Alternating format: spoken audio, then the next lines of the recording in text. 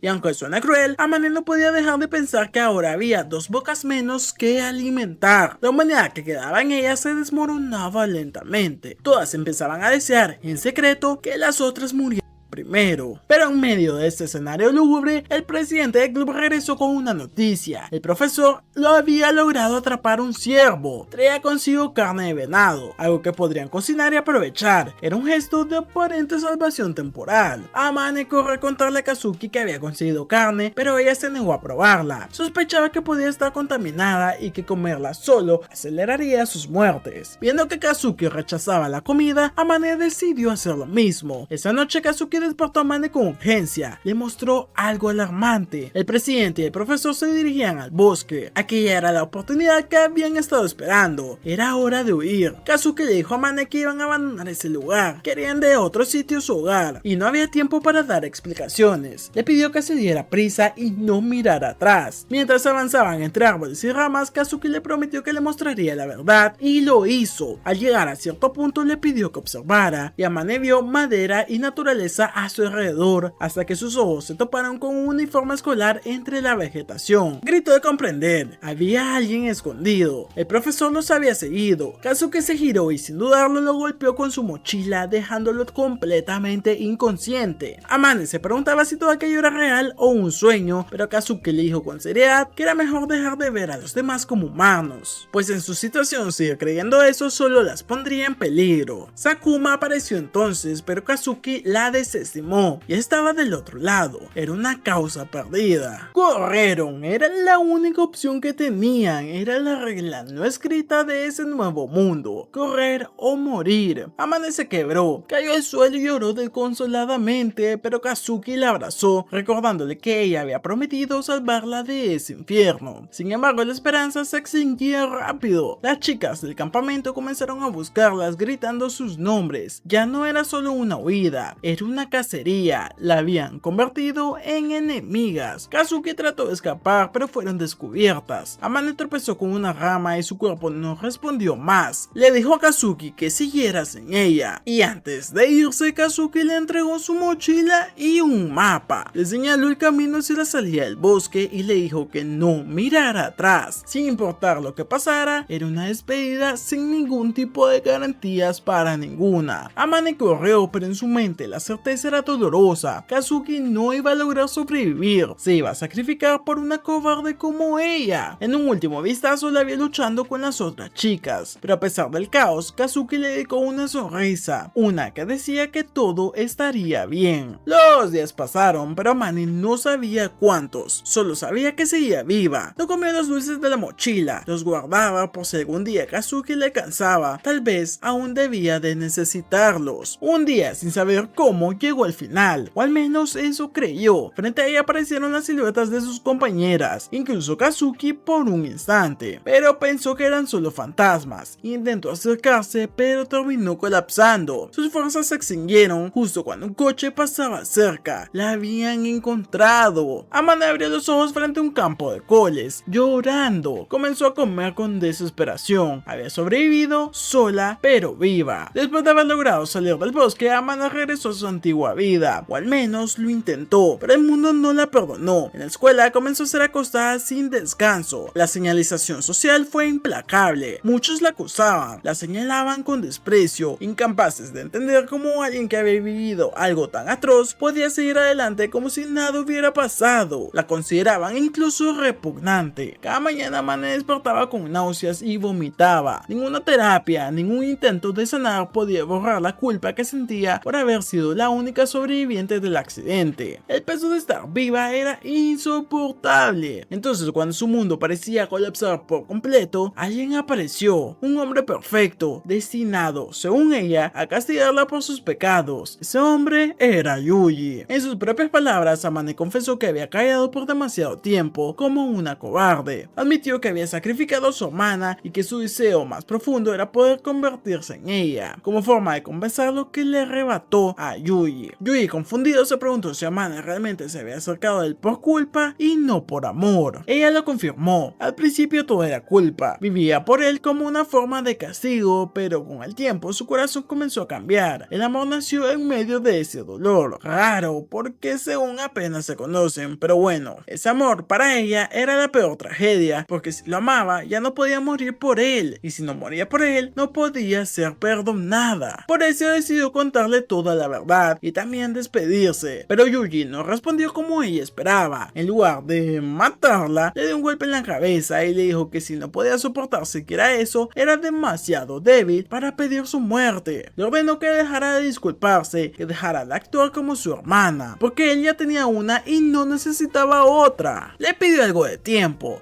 para pensar qué hacer, porque al final, sin importar cómo comenzó todo, ella realmente se había enamorado de él y él sabía eso. Así que la levantó del suelo y mirándola fijamente, le dijo que aclararía las cosas, que todos de una u otra forma cargaban con arrepentimientos, que frases como olvídalo eran inútiles ante un remordimiento tan profundo, pero también le dijo que si ella estaba dispuesta a dar su vida por él, entonces él aceptaría, pero no la mataría. Su castigo sería vivir por él por siempre. Le dijo que se convertiría en su rey, en su dios, y que su condena sería permanecer a su lado por siempre, que si alguna vez lo abandonaba, la odiaría por el resto de su vida. Amane lo abrazó entre lágrimas, pronunciando su nombre con desesperación, pero Yuji, sin perder su tono, le dijo que se veía horrenda cuando lloraba. Ella le suplicó que lo dejara desahogarse y él le dio 3 minutos, ni uno más ni uno menos. Una vez calmada, Yuji le hizo una última pregunta. ¿Realmente creía que Kazuki había muerto? Después de todo, nunca encontraron su cuerpo, y si Kazuki fue capaz de organizar 11 zanahorias a partir partir de 10. Tal vez, solo tal vez, también pudo hacer lo mismo con los cadáveres. La idea era descabellada, pero no imposible. Desde su mochila, Yui le mostró una nota. Era de la mismísima Kazuki. En ella explicaba dónde encontrarse si las cosas se ponían mal y se separaban. Era claro, ese había sido el plan desde el principio y Kazuki quería que Amane escapara sola. Amane no dudó y le suplicó a Yui que la llevara a ese lugar. A la mañana siguiente, Amane se le compró flores para las tumbas. En su ausencia, un hombre extraño se acercó a Yuji y se presentó como Sakashita y dijo ser un gran admirador de Amane. Actuaba con rareza y luego se alejó, dejando una impresión bastante desagradable. Cuando Amane regresó, Yuji le comentó sobre el fanático extraño. Luego, ambos subieron al coche y partieron rumbo al sitio marcado en la nota. Durante el viaje, Yuji le preguntó si se sentía mejor. Amane respondió que sí, haber compartido su verdad con él la había liberado de cierta manera. Finalmente llegaron. En el lugar señalado por Kazuki, Yuji desenterró un contenedor térmico dentro. Escondida había una carta